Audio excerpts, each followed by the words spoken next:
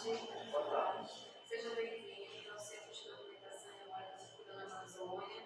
Esse aqui é um laboratório, né, da Faculdade de Arte, que vai tratar justamente sobre esses acervos relacionados à memória, à história das artes. Né?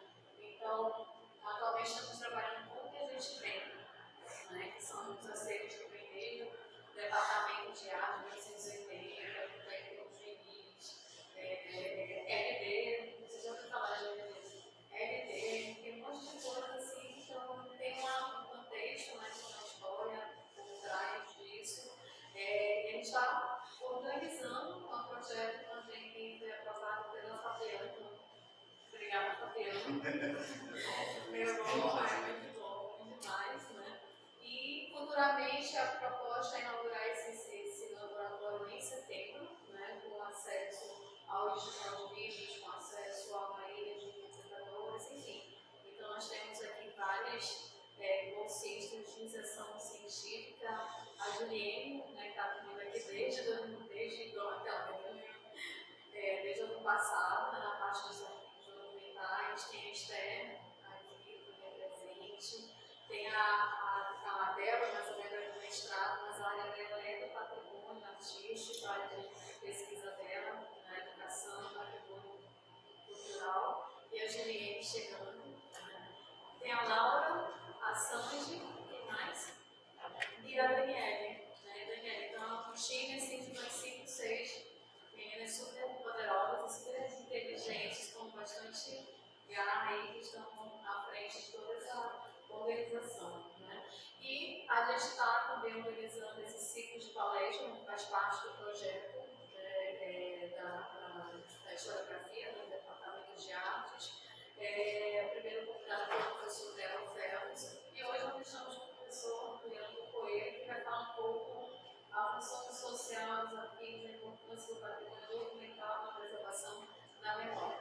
E eu vou deixar ele para ele se apresentar, porque a melhor coisa é ele se apresentar. Mas, de antemão, tá? Muito obrigada pela sua presença aqui, e já está dialogando um pouquinho antes, né, professor? Ele é muito motivado para a área do documento, né? Olha só quem deixa. Mas é isso, tá? Então, vocês têm uma pessoa certa aqui para falar um pouco. Com certeza, a arqueologia, o laboratório de arquivos do professor Leandro vai ser meu parceiro futuramente aqui no laboratório. Então, obrigada. E também agradecer antecipadamente, a gente deve poder se tirar em nome para uma reunião. Nós vamos ficar aqui a Débora, o Julinho, que está vão fazer toda a assessoria do senhor, tá bom? Obrigada. Vou falar um pouquinho mais. Boa tarde para todo mundo.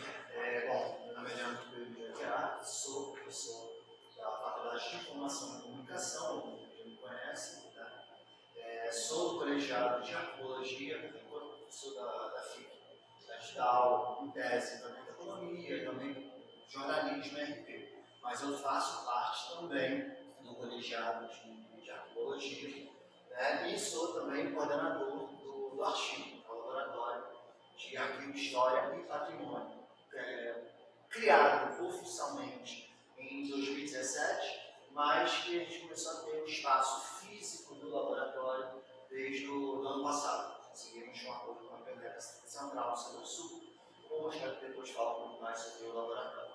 Então, o meu título da apresentação é um pouco, eu estou debatendo em paralelo com as minhas práticas. Eu sou formado em História, também sou formado em Arqueologia, com mestrado em Ciência da Informação, falando um pouco sobre tecnologias, e o meu doutorado, eu espero terminar ele esse ano, eu discuto sobre o conceito de patrimônio documental no Amazonas durante a Primeira República. Então, eu passo pela história das instituições, história dos acervos, história do conceito de patrimônio documental, a prática de preservação, envolvendo aí identificação, catalogação, higienização, acondicionamento, digitalização. Então, atualmente, por exemplo, a gente está com um projeto do CV do Porto, lá no laboratório, fazendo a higienização nessa primeira etapa das fotografias, identificação e higienização dessa primeira etapa das fotografias. A expectativa, fizemos a identificação e digitalização de cerca de 2.500 fotos, a previsão são de quase 9.000 fotos. Então, o nosso projeto atualmente somente a esse Conselheiro do Povo. E temos também outras parcerias, né? Com o próprio Sedom, começando essa parceria, parcerias também com a BEPS, que está dentro da junta comercial, né, do Amazonas, eu aqui, obrigado por me salvar nessa, e outras unidades administrativas também da UFAM, a ASCOM, a PROEG, o Arquivo Central, também estamos nesse processo de parcerias com atividades. Né? Então, eu tenho essa vertente prática junto ao patrimônio documental, mas também eu acabo discutindo o conceito de patrimônio, conceito de arquivo e a relação dos arquivos, né, com a sociedade. Por isso o título é A Função Social dos Arquivos, a importância do patrimônio documental na preservação da memória. Então aqui a gente vai discutir um pouco, vou apresentar os conceitos de arquivo, de biblioteca, museu e centros de documentação, para fazer um link com o SEDOM, na realidade, algumas questões envolvendo a importância dos arquivos para a sociedade, e aí qual o papel do centro de documentação, o que eu vou chamar normalmente aqui das instituições de custódia de patrimônio documental para a sociedade. Então, o viés, mais ou menos, da apresentação do IBCS. Aqui, né? Primeira coisa, o objetivo é pensar as instituições de custódia de patrimônio documental, seus conceitos, historicidade, a relevância social, né? Principalmente no conceito Amazônia. Não precisa olhar para frente. Refletindo nesse caso, as múltiplas representações da sociedade. Normalmente, quando a gente pensa arquivo, e aí só lembrando, né, no caso dessa palavra, dessa apresentação aqui, o conceito de arquivo ele pode ser, naturalmente ele pode ser. Então pode ser uma instituição de custódia, de arquivo permanente ou histórico, por exemplo, o Arquivo Nacional, o Arquivo Público do Estado, o Arquivo Público do Município. Pode ser um setor dentro de uma unidade, um setor dentro de uma instituição, dentro de um órgão público, órgão privado. Né? Então, pode ser o arquivo da repartição da Secretaria de Educação, pode ser o arquivo de uma empresa. Também arquivo significa a estante. Então, quem nunca falou aqui, vou guardar o meu documento no arquivo. E aí, arquivo é a estante, uma caixa, dependendo do tamanho. E arquivo, o documento. O acervo documental. Pode ser um documento, mas pode ser, vou chamar aqui de coleção, mas que na arquivologia a gente chama de fundo documental. Então, aqui, nessa fala hoje, arquivo, função social do arquivo, eu estou remetendo muito mais à documentação. A documentação guardada, preservada dentro de uma instituição. Mas o foco aqui, quando eu falo em função social do arquivo, não é de uma instituição, mas sim de um acervo documental, ou das várias possibilidades de acervo documental. Então, nesse caso, continuando. Um acervo documental, o arquivo, ou o patrimônio arquivístico, ou patrimônio documental, ele representa a sociedade. O principal ponto que eu quero trazer aqui é esse. O que a gente, normalmente, a gente pode ver, um arquivo ele tem a função administrativa. Sim.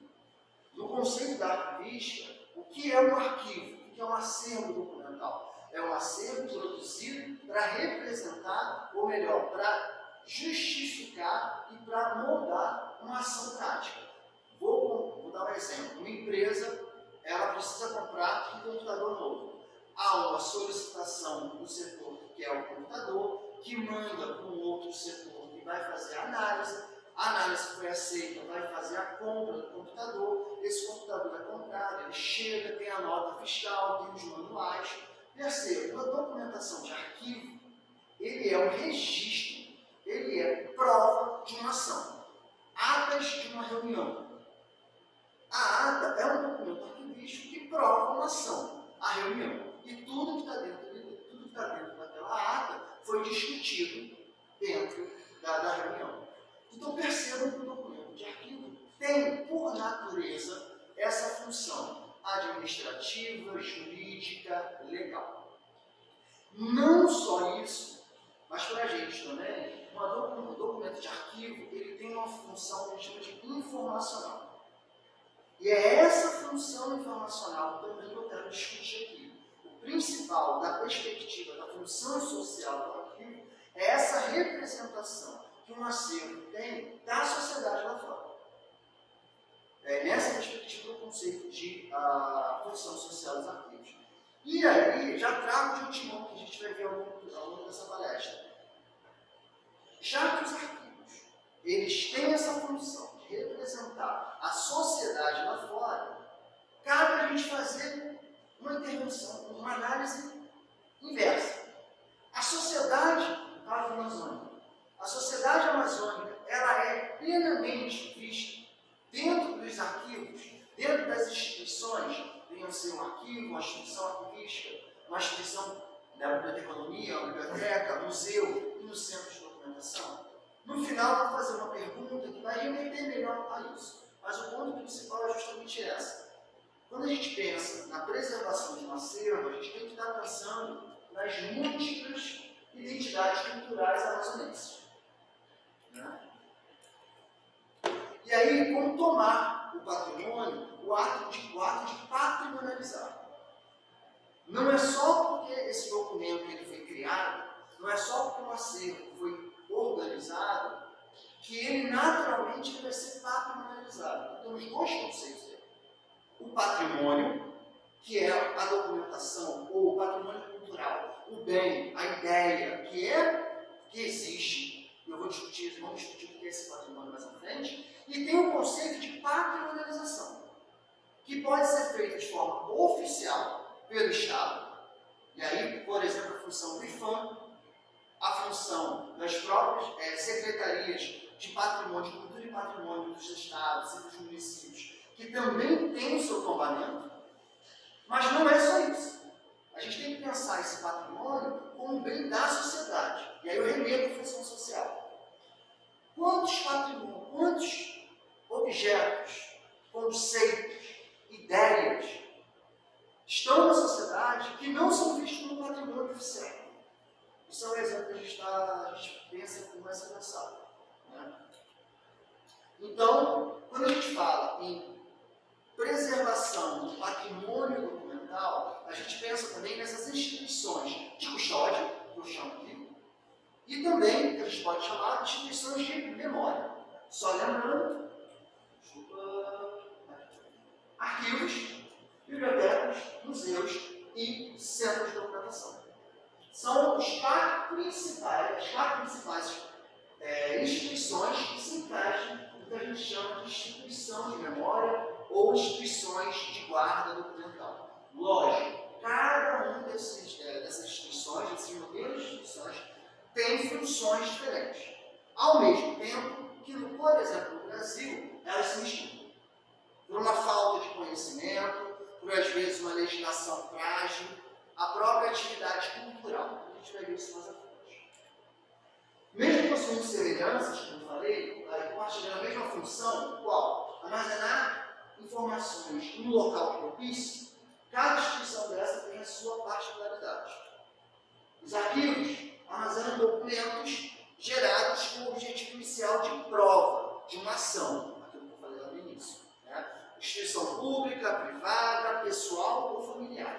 Tá? As bibliotecas são um acervo reunido de forma artificial e são órgãos colecionadores. Então, você pode ter uma biblioteca pública, uma biblioteca escolar, uma biblioteca especializada, por exemplo, a biblioteca da Faculdade de Medicina, a biblioteca da Faculdade da própria FAART, são bibliotecas especializadas.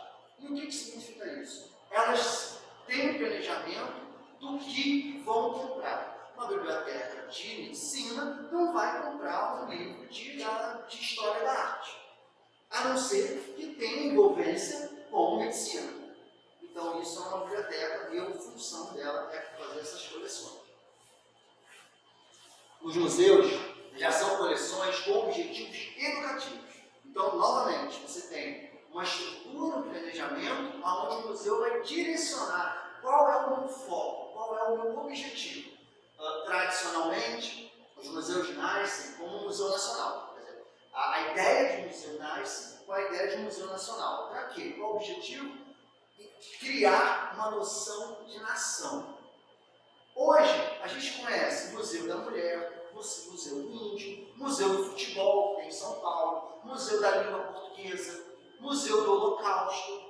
Então percebam que a própria noção mudou. Se antes era uma noção para enaltecer o Estado, a nação, hoje temos uma função diferente dos museus, que é para enaltecer grupos sociais, situações e momentos históricos. Já adiando, os museus eles já estão bem mais à frente nessa concepção de uma função social dos museus. Principalmente porque até mesmo a noção de um museu nacional, ele não representa, ou busca-se hoje, não representar apenas uma visão de nação, que isso é importante a gente ter noção. O museu hoje, ele tenta, mesmo sendo um museu oficial, o Museu Nacional do Rio de Janeiro, ele tenta observar as múltiplas identidades da sociedade para poder fazer as suas atividades. Mas, resumindo, o museu ele tem a coleção como objetivo educativo. E, por fim, pós-Segunda Guerra Mundial, dá um boom, nesse caso, dos centros de documentação, que é uma espécie de soma dos três assim. No centro de documentação, ele vai ter documentação de arquivística, ele vai ter documentação de biblioteca da arquitetura e vai ter documentação museológica. Então, é a junção desses três. E tem um objetivo nesse caso, que a gente vai observar mais à frente. Basicamente, então, o centro de documentação pode ter materiais arquivísticos, bibliográficos e museológicos, né? E com a união de práticas de bibliotecas e arquivos que vão ter esse controle na sua gerência. Como eu falei, esse novo espaço, ele surge num contexto social de acumulação de documento pós-Segunda Guerra Mundial, que a gente conhece, que todos já devem ter estudado, o boom da informação, o boom da documentação. Quem trabalha com arquivo aqui, quem vai trabalhar com museus ou bibliotecas, vão ter essa noção muito clara que após a Segunda Guerra Mundial, com a Segunda Guerra Mundial, principalmente com a Guerra Fria, no caso da documentação de arquivo, há um boom dessa documentação nos Estados Unidos, por exemplo, mas vai acontecer isso no mundo inteiro. E começam a criar instituições para fazer a guarda desse acervo. Quer dizer, documentos criados pelo Estado, o arquivo nacional, os arquivos do Estado, eles conseguem, a função deles guardar. Os arquivos de algumas instituições também. Mas e aquele grupo social que começa a se despontar? Aquela temática que começa a se despontar? Não vai para o arquivo nacional, não vai para os arquivos estaduais, automaticamente alguns grupos sociais começam a criar, então, centros de documentação. Centros de documentação da história da mulher, centros de documentação das empresas privadas. Então, a função ali é essa, guardar, fazer o recolhimento de arquivos, de materiais de museus e de bibliotecas com temáticas específicas. Isso acontece na Segunda Guerra Mundial. Isso começa na Segunda Guerra Mundial e tem essa função de centro de memória / documentação. Né? Esses novos arquivos se distinguem daqueles pré-existentes. Lembrando, o arquivo, uma instituição arquivística, tem a função primordial de fazer a guarda de documentação que foi produzida como prova de uma ação. Naturalmente, existe uma legislação para isso no Poder Executivo Federal com o Arquivo Nacional, no Poder Executivo do Estado com o Arquivo Público do Estado e todas as diferentes instâncias administrativas públicas, legislativo, judiciário e próprio executivo. A documentação que vai para o centro de documentação não tem esse valor a priori, não é função do centro de documentação fazer esse recolhimento. Mas, lógico, a partir do momento que se define uma linha de atuação, todo centro de documentação começa a fazer o recolhimento de acervos que têm função, que têm direcionamento com essa linha de produção. Então, dá o exemplo do SEDONC aqui. É um centro de documentação, um centro de memória e documentação, que tem a função de guarda de todo o acervo, no primeiro momento, da FAART, até antes, do Departamento de Arte. Mas, certamente, como a gente já sabe aqui, vai ter um professor que vai doar o seu acervo.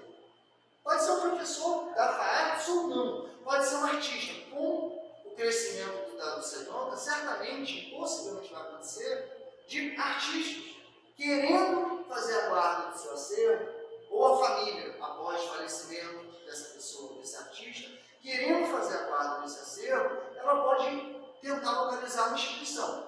Pode ir para o público? Pode. Pode ir para a biblioteca pública? Pode. Mas ela também vai ter uma outra opção. Qual? O SEDONC, o Centro de Memória de Arte da FAART. Por quê? Porque ali está organizado em torno justamente de matemática, das artes no Amazonas. Então perceba que os centros de documentação sempre vão ter essas temáticas, que vai justamente dar substância, dar estrutura para receber também essa documentação de cunho social, de pessoas, personalidades importantes. Dou um exemplo aqui também, o acervo que eu estou trabalhando, quando trabalho no laboratório, do Severiano Porto, foi o arquiteto do Amazonas, tanto que ele é conhecido como o arquiteto da Amazônia, o arquiteto da floresta. Ele construiu, ele que desenhou, né? Planejou o antigo estádio, o Vivaldão, a sede da SUCAM, a UFAM, esse prédio antigo da UFAM. Pois bem, também, além de ser um arquiteto, ele também foi professor da UFAM. Quando ele se aposentou, foi para o Rio de Janeiro. Quando ele falece de Covid, a família dele fala: olha, a gente quer doar o que tem de acervo dele na casa dele para alguém. Procurou o UFAM. E a UFAM recebeu esse acervo. Nesse caso agora, ele está com o laboratório ele está dentro do laboratório da Faculdade de Tecnologia. Por quê? Não há um centro de memória. Eles até estão querendo construir um centro de memória que tem uma temática central os arquitetos, não só da FACET, da FT, mas também que trabalham com arquitetura. Não é à toa que recentemente o mesmo laboratório do professor Sereto, que recebeu do Severiano Porto, recebeu também toda a documentação de vários arquitetos que trabalharam para a Prefeitura de Manaus. Há um ponto interessante aí. Em tese, essa documentação deveria ir para o arquivo público de Manaus. Mas os responsáveis pelo esse acervo preferiram deixar com a Faculdade de Tecnologia, com o curso de arquitetura. Então, assim é formado o centro de documentação, que eles não têm, a priori, como eu falei, o conceito de criar documento, apenas de colecionar, mas há também, especialmente através de projetos de memória oral. Por exemplo, aqui está se criando um produto, está se criando um arquivo, um documento. Estamos aqui numa palestra que está sendo gravada, automaticamente isso vai se tornar um arquivo que vai ser disponibilizado na internet. Então, repare que o centro de documentação está criando documentação também. Assim como no futuro, eles podem querer fazer um projeto de memória da FAART, ou memória da arte do Amazonas. Vão fazer entrevistas. O centro de documentação, além de fazer a coleta, fazer o recolhimento de acervos relacionados à arte, também vai começar a produzir o seu material. Então, essa é a função de um centro de documentação.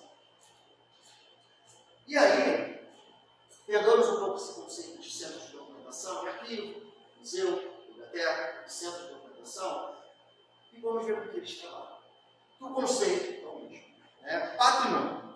Segundo o Instituto Patrimônio Histórico e Artístico Nacional, o IFAM, patrimônio cultural de um povo é formado pelo conjunto de saberes, fazeres, expressões, práticas e seus produtos que remetem à história, à memória e à identidade de um povo.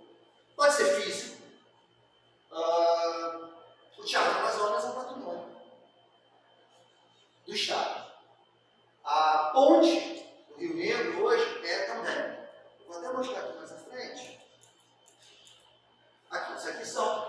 os patrimônios oficiais, né, vinculados ao IFAM do Estado ou ao próprio Estado do Amazonas, através da Secretaria de Cultura. Né? O Centro Histórico de Manaus é considerado patrimônio do Estado, Mercado Municipal de Manaus, Porto de Manaus, Reservatório do Mocó, o Teatro Amazonas, e aí que interessante, são estruturas, mas também não são estruturas.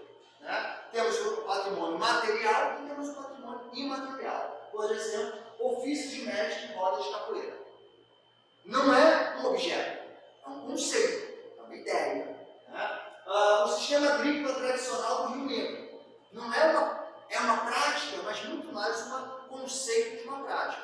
Por exemplo, o IFAM Nacional tombou o acarajé de Salvador. Não em si o acarajé, mas a forma de produzir aquele acarajé. Recentemente teve até uma reportagem falando da briga da pizza napolitana. Porque na Itália, a pizza napolitana ela é patrimônio italiano. Automaticamente, há toda uma briga para se não mudar, dar o nome de pizza napolitana, que não é a pizza napolitana. Não é a pizza em si, é o conceito da produção dela. O samba do Rio de Janeiro também é um patrimônio imaterial do Rio de Janeiro. Em processo de tombamento, isso aqui foi há um ano atrás. Tá? Então, o Encontro das Águas, no Pará, o Encontro das Águas é tombado como bem do patrimônio do Pará. No Amazonas estão tentando ainda. Complexo Cultural do Boi-Bumbá, no Médio Amazonas e Parintins. Também ainda não é tombado. E o ofício das tacacazeiras da região norte. Também eles estão tentando patrimonializar isso, não conseguiram. Tá? Então, isso é patrimônio. Né? E todos aqueles ali, de alguma forma, representam a história, a sociedade e a cultura regional. Okay? E aí vamos entrar na patrimonialização. Né? Eu já esqueci.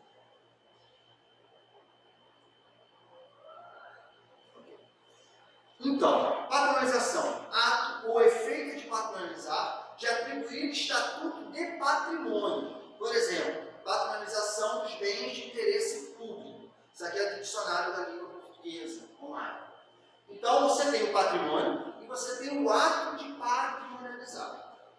O patrimônio ele vai existir independente de se é patrimonializado ou não. A patrimonialização ele é uma ação específica, oficial do Estado, que visa aquele acervo ou aquela cultura que precisa ser preservada. A grande crítica que se tem é justamente essa.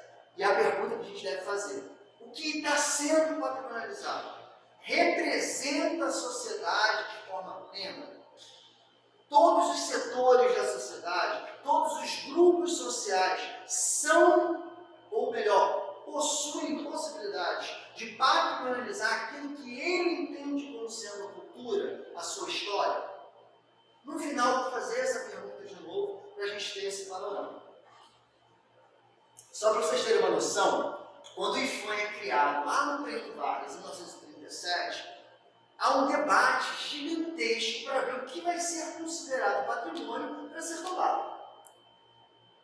Naquela época, escolhe-se o que chamado, que ficou conhecido como patrimônio de pedra e cal.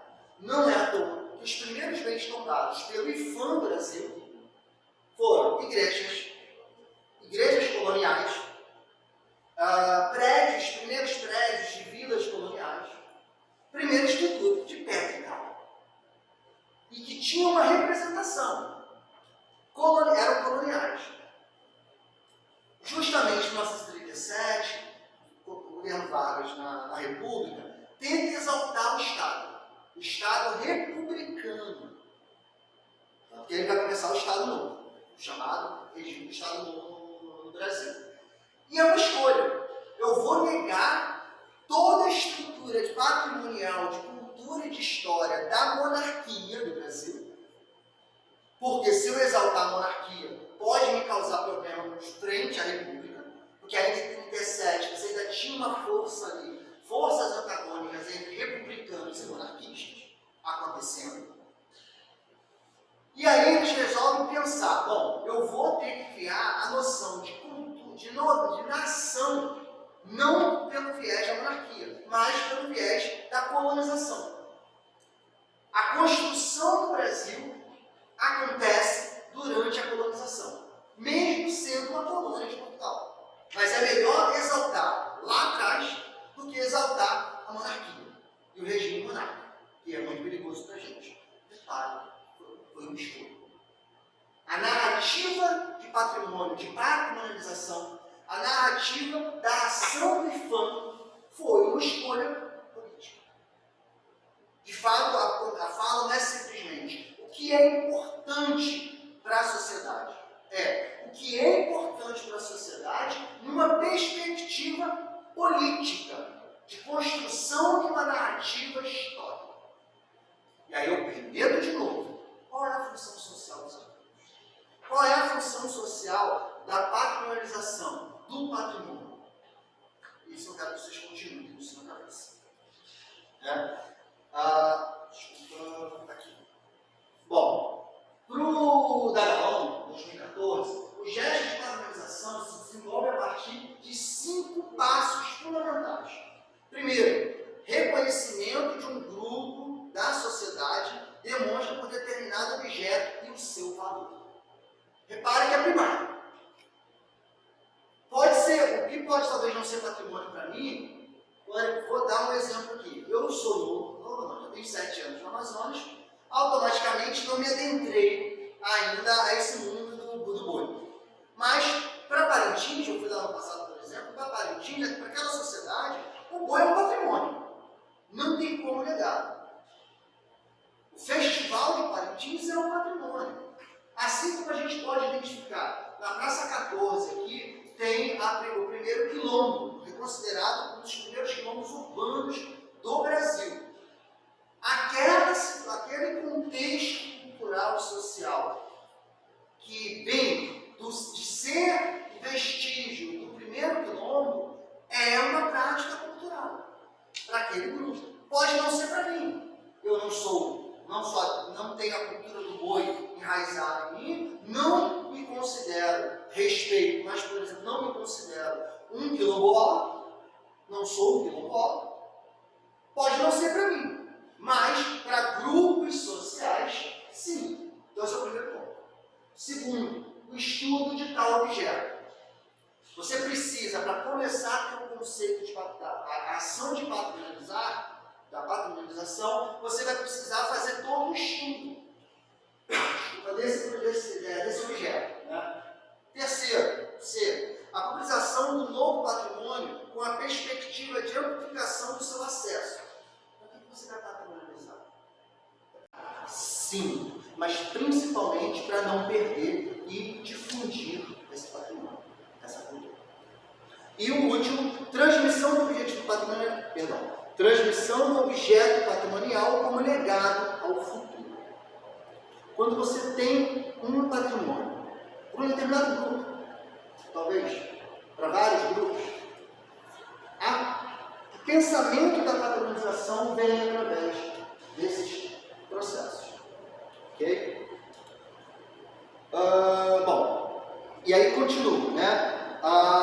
O mais importante nesse caso são os gestos de patrimonialização descritos pelo autor como a declaração oficial, né? Pois é através dessa operação que o objeto de uso comum é formalmente reconhecido como um bem.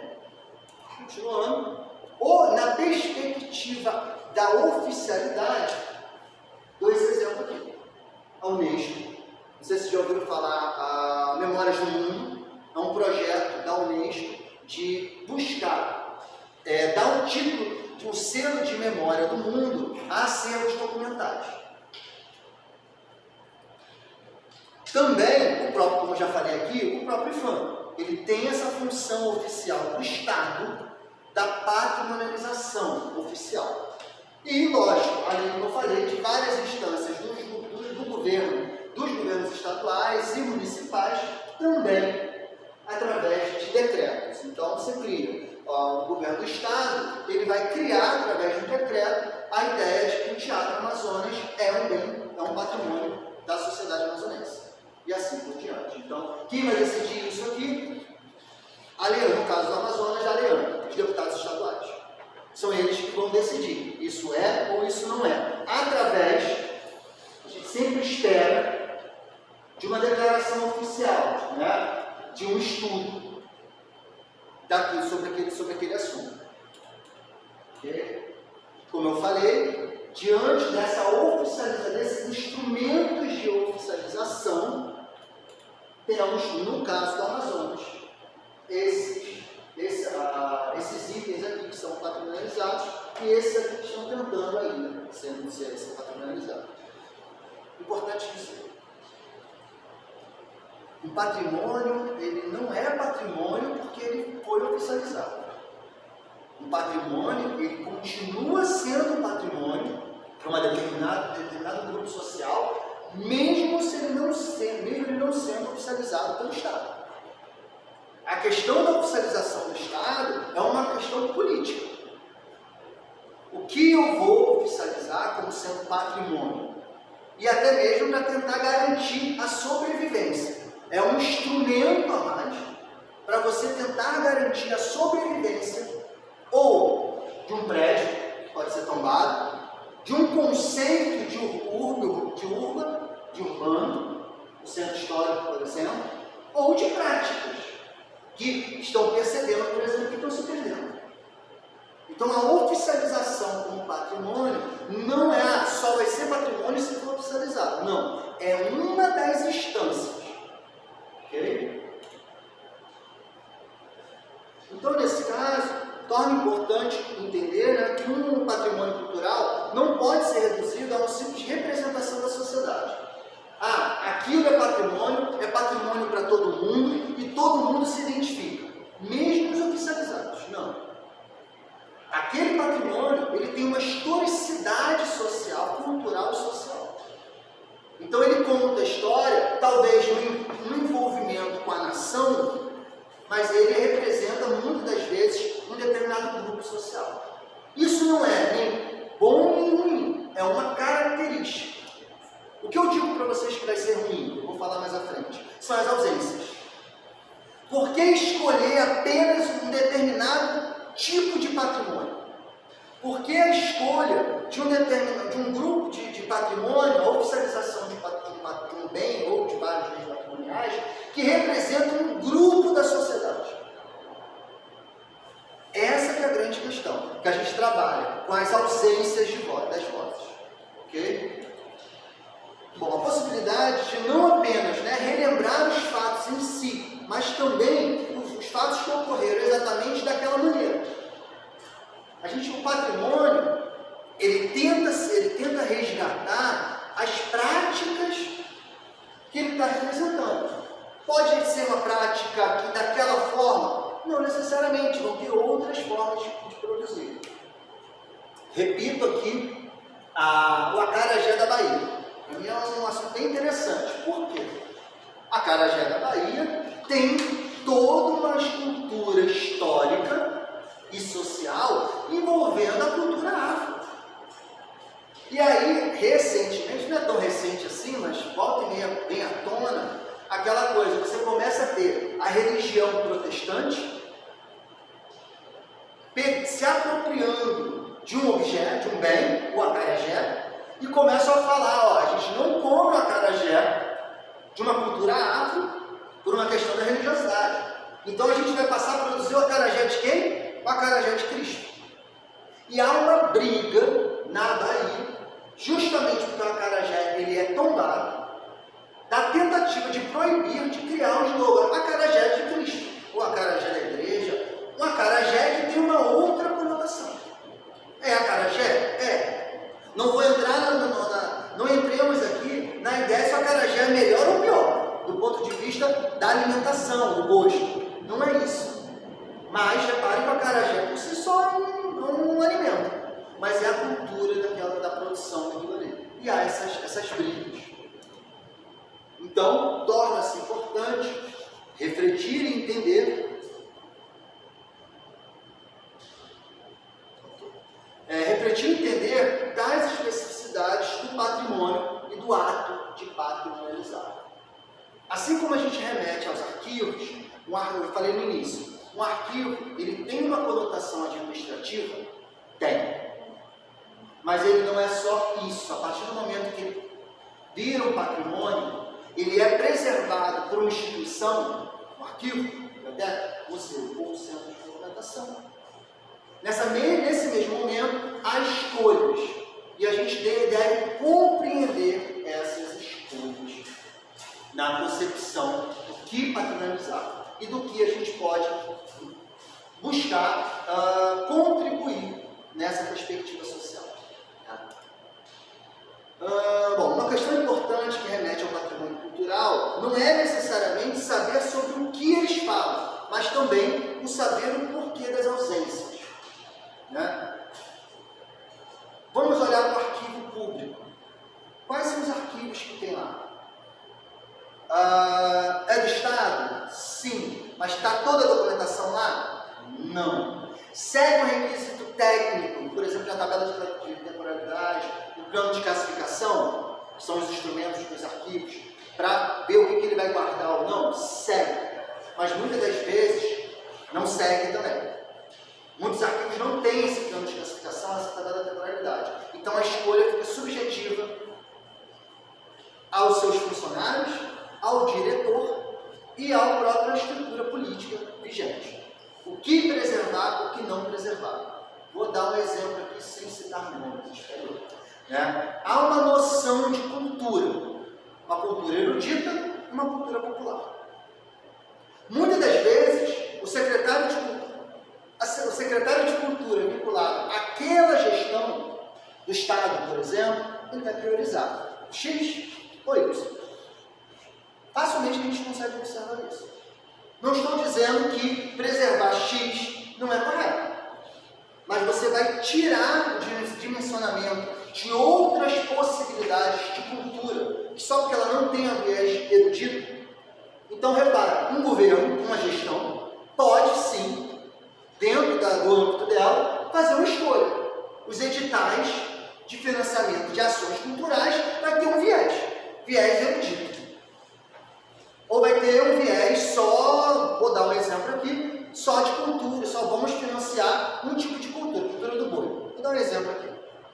Repara que sim, o Estado, não estou dizendo que é correto ou não, eu estou dizendo que é uma prática. O Estado faz isso. Então, a gente tenta pensar na questão das ausências. A gente observa essas ausências nos arquivos, a gente observa essas ausências nos museus, a gente observa essas ausências nas bibliotecas e a gente observa essas ausências nos centros de documentação ou em qualquer outra instituição de guarda de memória. Tá? O ato de patrimonializar, então, teria ou não o poder de substituir as ausências, né? Ou somente confirmar a existência dessas ausências. Qual é a função social dos arquivos? Primeiro pergunta que eu faço para vocês aqui. Qual é a função social de um centro de documentação, de um arquivo, de uma biblioteca, de um museu? É confirmar a noção já existente de cultura, um tipo de cultura específica, que prioriza um grupo, uma forma de pensar, ou essas instituições de custódia também têm que começar a pensar no que até então está ausente. A gente sempre fala, muito fácil até, vou guardar a documentação do fulano de tal, porque o fulano de tal é importante. Ok. Mas e as outras categorias sociais que para um grupo não é importante? Não vão ser guardadas? Não vão ser patrimonializadas? E no futuro? Essas falas vão estar ausentes? É a partir desse ponto que a gente começa a pensar e dar exemplos de fala sobre a função social dos arquivos, a função social de um patrimônio documental. É justamente nesse entrelaçamento do ato de patrimonializar como poder, e aí que a gente fala, que pode estar lá em cima, patrimônio como instrumento de poder, que a gestão do patrimônio se torna um problema político e social em inúmeras sociedades contemporâneas. Quando criaram, pós-Segunda Guerra Mundial, o Museu do Holocausto, não era para priorizar, não era para enaltecer o Holocausto, mas era para não fazer esquecer que existiu o Holocausto. É um ponto para se pensar. Poderia não vamos tocar nesse assunto.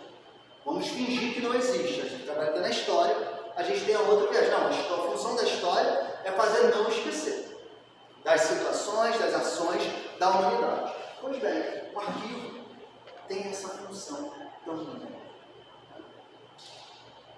Bom, ainda nessa perspectiva do patrimônio como instrumento de poder, né, o Marcos José, o Pinheiro, na verdade, o professor Pinheiro, ele fala, né, o patrimônio cultural, de forma geral, ainda reproduz as relações de exclusão, dominação e homogeneização presentes na sociedade contemporânea. Se a partir do momento que eu falo que o que vai ser preservado é uma cultura erudita, ou a cultura que não é erudita, ela se encaixa, então aí a gente vai ter a homogeneização, ou ela é excluída e colocada ao silêncio. É isso que ele está dizendo. Bom, a homogeneização presente na sociedade contemporânea, isto é, traduziria, por exemplo, pelo caráter elitista dos museus, que privilegiaria a educação e a difusão de saberes a uma faixa privilegiada da população, pelo seu distanciamento em relação aos símbolos culturais e memórias sociais das camadas carentes ou minorias de representatividade social. É isso que ele está falando. A partir do momento que você tem uma perspectiva de patrimônio, de patrimonialização, aonde você vai priorizar um grupo, é isso aqui que acontece. As minorias ou se encaixam ou elas são excluídas. Bom, devemos então observar a importância do patrimônio cultural e o ato da patrimonialização como instrumento de representação das múltiplas identidades sociais de nossa construção social.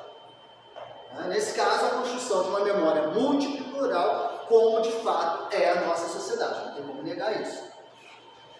Vivemos no país, no estado do Amazonas, pode-se até em alguns momentos priorizar uma determinada cultura, um determinado modo de fazer, um determinado modo de pensar, mas a sociedade amazônica, no caso do exemplo, é múltipla, assim como a própria sociedade brasileira, principalmente num país continental. Ainda como pensando, né, o patrimônio como instrumento de poder, e aí é pensar justamente essa concepção da forma social de embate de poder. Sempre falo nas palestras para os meus alunos, não vamos esperar aqui que quem está no poder vai ser complacente e vai eu vou dar espaço para esse determinado grupo porque eu sou uma pessoa boa, ou porque a minha gestão vai ser boa. Pode ser a pessoa mais honesta do mundo, pode ser a pessoa, um governante com a melhor perspectiva de governança do mundo.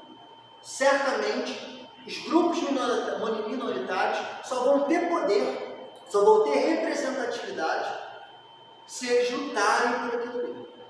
Então é uma luta diária, né? Essa concepção, e aí a gente usa o conceito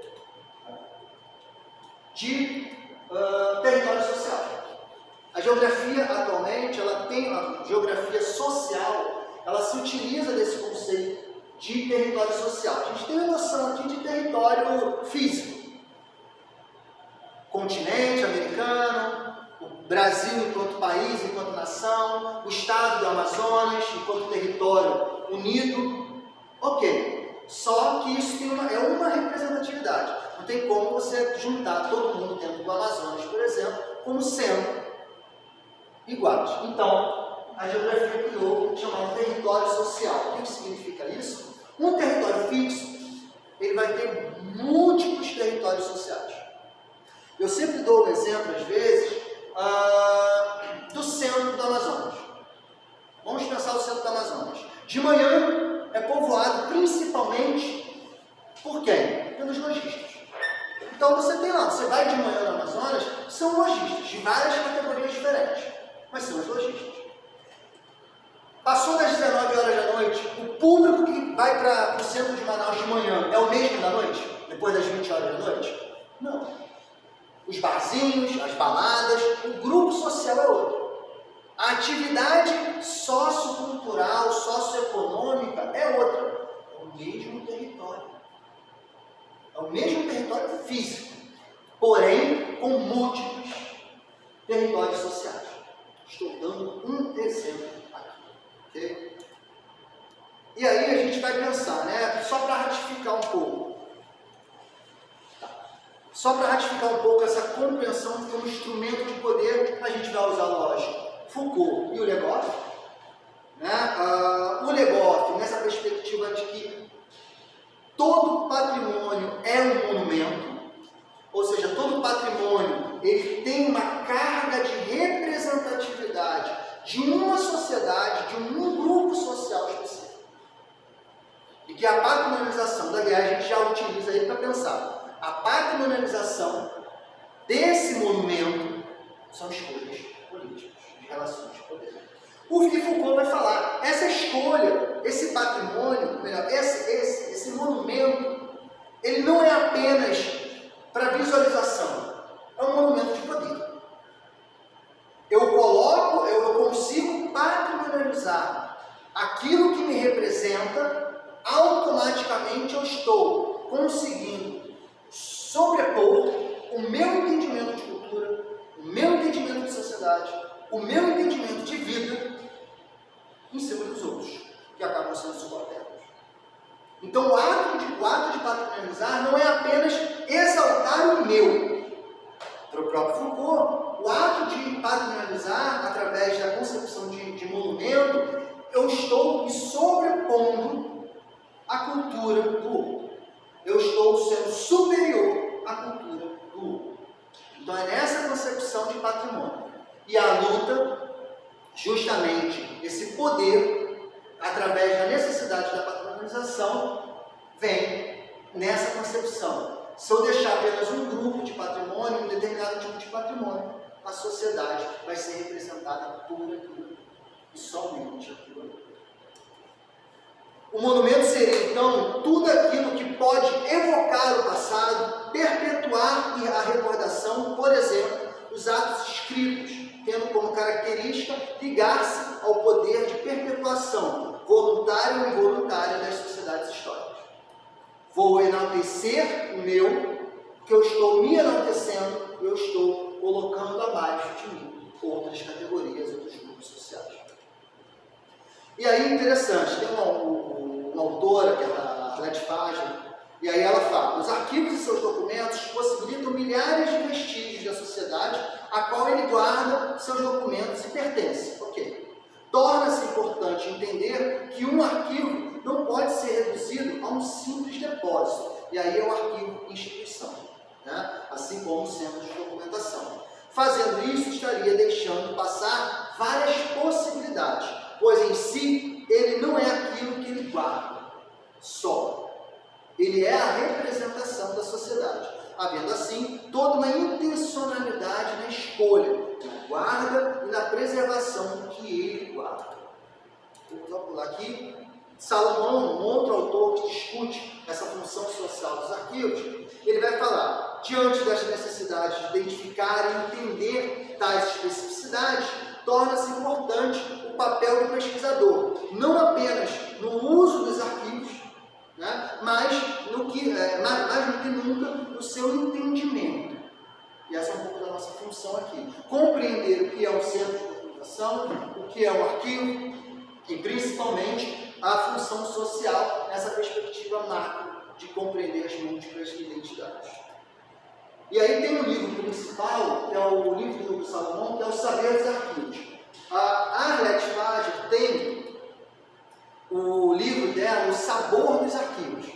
Ela faz uma brincadeira lá, porque ela é uma pesquisadora francesa e ela acaba contando a história da relação dela com os arquivos, né? E aí o Salomão, ele vai brincar com o sabor dos arquivos e ele vai falar, saber, o livro dele principal é Saber dos Arquivos, que remete então a um duplo sentido, que se encontra enlaçado em nossos dias.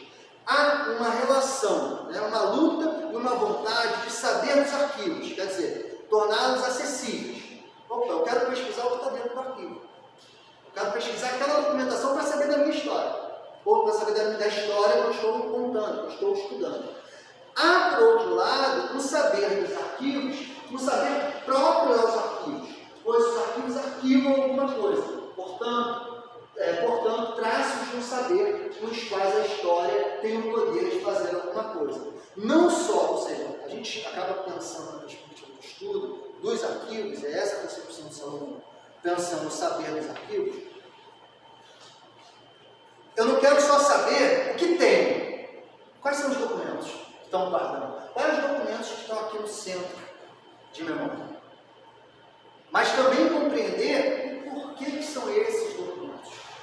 O porquê de não ter outros documentos. Quais são as ausências? Que tipo de representatividade esse centro de documentação ele está construindo? E quais são as possibilidades de construção para além do que se tem? Então, é um pouco isso que o Salomão falou. Diante dessa necessidade de se identificar as possibilidades de pensar os arquivos, o patrimônio documental, o ato de arquivar, o ato de patrimonializar, né, a patrimonialização, que torna-se importante ao entrar ao mundo dos documentos e dos arquivos enquanto objeto de estudo. Só para vocês terem uma noção, isso aqui é uma visão, algumas vezes, um pouco, alguns historiadores não gostam, mas ao mesmo tempo se faz muito ainda. O historiador tem um objeto de estudo, não tem nada a ver com o arquivo. O arquivo para ele é uma fonte. Né? Então, para ele é o documento como fonte. O que dá veracidade ao documento para ele é o que ele escreve. O que dá confiabilidade é ele como fonte. Mas há uma outra possibilidade, é o que a gente sempre tenta discutir nas nossas falas, aulas, assim por diante. O documento ele tem que ser visto não só como fonte, ele tem que ser visto como um objeto de estudo. Mesmo que seu objetivo seja outro, você tem que compreender aquela fonte que você está estudando. Por quê?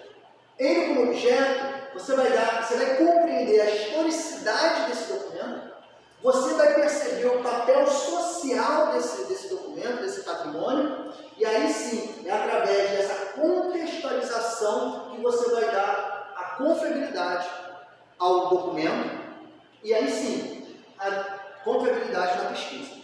Só que isso aqui é um exemplo que a gente não pode discutir. Assim como, aqui, ó, documento como fonte. Muitos anos atrás, a história trabalhava o documento como uma verdade absoluta.